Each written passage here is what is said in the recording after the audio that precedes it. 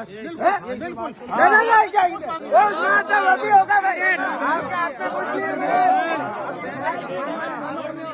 आपका अधिकार ही नहीं है। बच्चे के साथ क्या किया?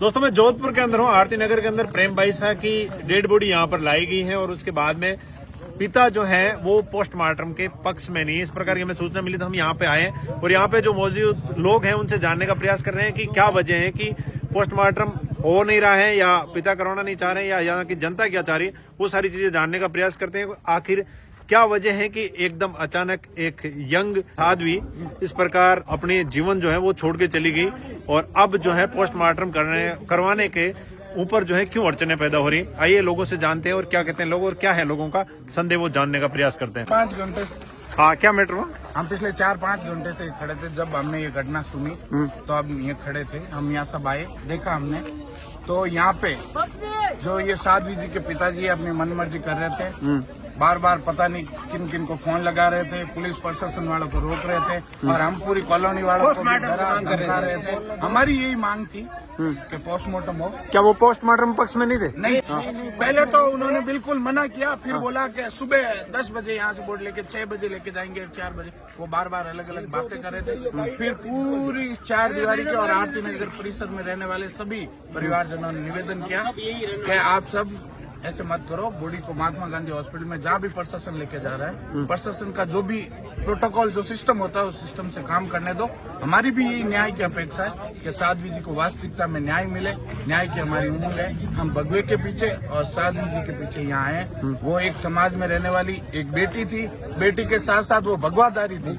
यदि उनके साथ गलत हुआ है, उनकी पोस्ट आई, उनके पेज से पोस्ट की गई, उस पोस्ट पे जो लिखा हुआ उस हिसाब से और वास्तविकता में ये जो कुछ और मामला बता रहा है उस हिसाब से जो विभिन्न परिस्थितियां बनी, उन सबको ध्यान में रखते हुए पुलिस प्रशासन से, जोधपुर के प्रशासनिक अधिकारियों से, राजस्थान के डीजी महोदय से और भजनलाल शर्मा से और संपूर्ण न्याय की मांग करने वाले सभी नेताओं को मेरा निवेदन है, इस मामले की फास्ट ट्रैक में लेके इसकी निष्पक्ष जांच हो और वास्तविकता में प्रेम बाईसा को न्याय मिले। आप लोगों को क्या संदेह है? आसपास के लोग, आप लोग क्या देखते? हम कुछ परिस्थितियां स्पष्ट नहीं कर सकते, कुछ चीजें बहुत पेचीदा है, लेकिन जैसे जैसे सामने आएगा वो सारी चीजें स्पष्ट हो जाएगी। हमने सुना है कि कैमरे, आश्रम के कैमरे वगैरह भी टूटे हुए हैं, ऐसा कुछ भी? कैमरे हटा दिए गए, यहाँ पे है नहीं, पहले कैमरे थे, वो सारा सिस्टम यहाँ से गायब कर दिए गए और हम यहाँ खड़े थे अभी। ऐसे ही साहब रुके, ऐसे ही साहब खड़े थे, तब तक तो ये कुछ नहीं। जैसे ही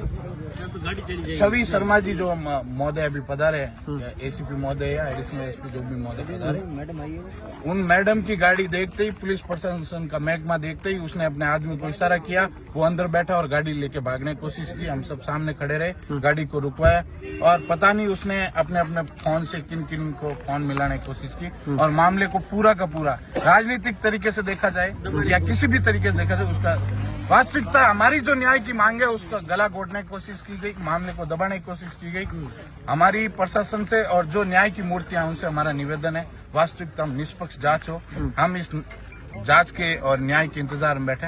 यदि हमें लगता है कि वास्तविकता में न्याय नहीं हुआ, न्याय का गला घोटा गया या मामले को घुमाया गया, तो हम इससे भी बड़ा उग्र रूप लेंगे।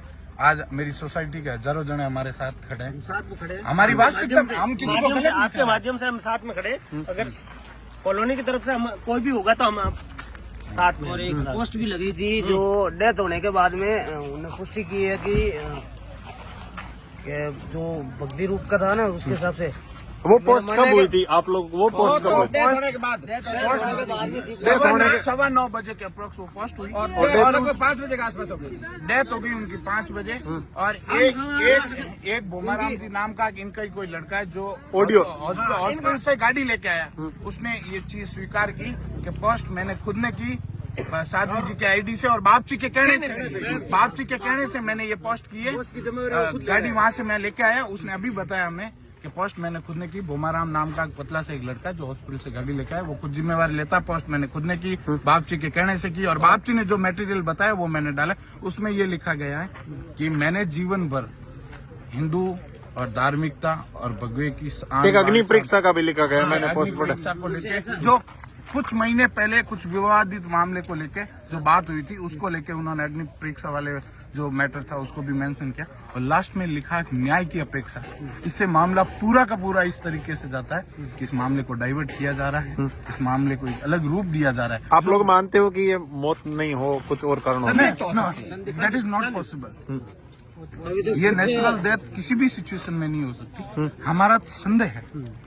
और जब हम जिनसे न्याय की अपेक्षा रखते हैं वहां से रिपोर्टें वगैरह आएगी, हमेशा से इन लोगों के भरोसे ही रहे हैं, तो उसे स्पष्ट हो जाएगा क्या हुआ। वास्तविकता में परिस्थितियां बहुत गंभीर है। इनके पिताजी का यहाँ आने के बाद जो रवैया रहा, एक नॉर्मल सी बात होती है, अपने घर से अपन किसी पशु को दूसरी जगह कहीं भेज देते हैं, उसका अब मारवाड़ी में एक कहावत है, खूंटो छोड़ा मन तो ये मोइनू कालजो कापे। एक बाप का एक बच्ची अपनी बेटी के जाने के बाद, जवान बेटी के जाने के बाद कंटिन्यू फोन पे लगे रहना, आंख से एक आंसू का कतरा भी नहीं आना, ये चीजें हमें बड़े वेदान में डालती है। हमारा मन भी बार हमारे ऊपर कौन होते हो बोलने वाले। हमने बोला हम प्रेम भाई के भाई है, हम न्याय की अपेक्षा कर रहे हैं। आप अभी या तो हमारे साथ बैठो, ये जो भी दुख है इसको सहन करो, अपनी राजनीति के चक्कर में इस मामले को फंसाओ मत। इनके पार्थिव देखो, वास्तविक बहुत सारे लोग हैं जो यहाँ पर आरती नगर से 10 से 20 लोग हॉस्पिटल के अंदर गए थे। उसमें भी बाबा ने कुछ नहीं बोला है, जैसे कि उनको छुट्टी देने के बाद में हाथों हाथ गाड़ी में डाल के आरती नगर लेके आ गए। और रेक्सा हॉस्पिटल के अंदर उन्होंने बोला है कि पोस्टमार्टम कराएं, एमडीए के अंदर ले जाओ। इन्होंने जबरदस्ती डेथ बॉडी है जो आरती नगर लेके आ गए। और जो लोग आरती नगर वाले थे उनके बाद में इकट्ठे हुए, उनकी मीटिंग हुई थी अलग, उनसे भी पूछताछ की। जो इंजेक्शन देने वाले थे उनकी ड्यूटी थी 12 बजे, उनके पास कॉल आया पहले, उनके बाद में 4:30 बजे उनकी छुट्टी होने के बाद में वापस कॉल आया। इंजेक्शन वाला भी एक मुद्दा चल रहा है कि इंजेक्शन की वजह से सुनिए मेरा, इंजेक्शन वाला जो मुद्दा है वो कंपाउंडर महोदय खुद भी मौजूद है। वो बोलते हैं मैं पूरी आरती नगर के साथ, साध्वी बाईसा के साथ, इनके परिवार के साथ हूँ। मैं जहाँ तक मेरा उनका वो बोल रहे हैं, मेरा एक्सपीरियंस है, मेरे से कोई मानवीय भूल नहीं हुई है। वो उन्होंने जो ट्रीटमेंट किया उसका वो प्रमाण देने के लिए भी तैयार है। उन्होंने प्रॉपर उसका ट्रीटमेंट किया है और हम सब भी प्रेम भाईसा के साथ और डॉक्टर साहब के साथ भी है। वास्तविकता जो न्याय होगा वो हमें मंजूर है, हमें उससे कोई आपत्ति नहीं है। और जो कंपाउंडर महोदय का जो कहना है, उन्होंने बोला रेगुलर जो ट्रीटमेंट होता है, मैंने परफेक्ट ट्रीटमेंट दिया। इन्होंने इनके मतलब यानी कि वो न्याय की हर प्रक्रिया से गुजरने के लिए तैयार है। ये यहाँ पर जो तार लटके हुए, यहाँ लगे हुए, वहाँ भी लगे हुए, लगभग पूरा कैमरा वगैरह लगा दिए थे। यहाँ कैमरे थे? हाँ, लगभग कैमरे थे, लगभग नहीं 100% है। कैमरे थे, अभी नहीं है। अभी नहीं है, सबूत मिटाया गया है, मतलब इस हिसाब से कुछ न कुछ कारण रहे हैं। हाँ, कुछ न कुछ संदिग्ध परिस्थितियां। तो दोस्तों ये लोगों का कहना था, लेकिन आप लोगों का क्या कहना है इन विचारों के ऊपर, और ये जो परिस्थितियां पैदा हुई उनकी मौत के बाद में, और जो उनके पिता का जो रवैया उसके बारे में आप लोगों को क्या कहना, जरूर कमेंट करें। लेकिन ये वीडियो शेयर करें और उनको न्याय दिलाने के लिए आप लोगों की सहयोग है वो हमें जरूर मिलना चाहिए, ताकि इस प्रकार के कोई लोग हैं अगर इसके अंदर जो भी इन्वॉल्व हैं उनकी मौत के अंदर, चाहे जो त्रुटियां बरती गई वो त्रुटियां हो या कोई दूसरी वजह हो और त्रुटियों का रूप देने का प्रयास किया जा रहा हो, उनका सारा राज खुलना चाहिए। मैं फिर आज रहूंगा, आप वीडियो शेयर करें। जय हिंद, जय भारत।